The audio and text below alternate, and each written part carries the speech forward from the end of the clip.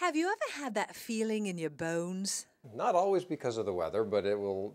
There's no doubt that people will say that I'm having a bad day. I can tell there's a storm coming because my shoulder is aching or my ankle's aching, my back is aching. It definitely is a real thing. We aren't exactly sure why that is. I mean, could be because a little bit of swelling within the joint, within the soft tissues of the joint, but there's definitely been studies that have shown that you will have pain as the front is approaching.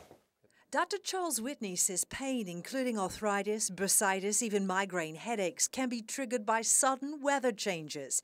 And some people deal with this for life. If it's a bursitis, it can come and go. If it's an arthritis, yeah, you can have some pretty bad arthritis and have absolutely no pain whatsoever, some mild arthritis, and it can be pretty severe pain. But it will come and go. And a falling barometer can intensify pain. It's as the pressure is dropping, so the first 24 to 48 hours, depending on how quickly the front's coming through. Slight swelling occurs in all tissue when a storm approaches. Dr. Whitney says damaged tissue has less elasticity than healthy tissue, which can really hurt. Yeah, once the pain is there, there's not a whole lot to do except for pain control with medication, ice if it's a particular joint. All the work is done ahead of time when they can exercise to stretch out and strengthen up the muscles around the joint that's injured so that it doesn't bother them as much at the time. The muscles take on the support of the joint.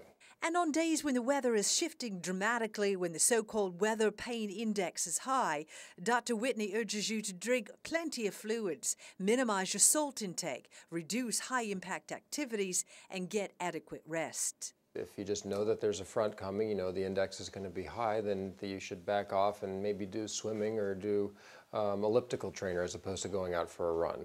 You may want to have some ice ready afterwards, and ice down after the exercise.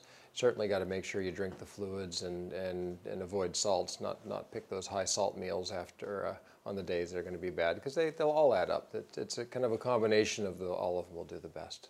And for arthritics, the approach less is more is particularly important. It'll depend on the conditioning, the person's weight. I've had lots of patients can actually cure their arthritis pain by losing weight.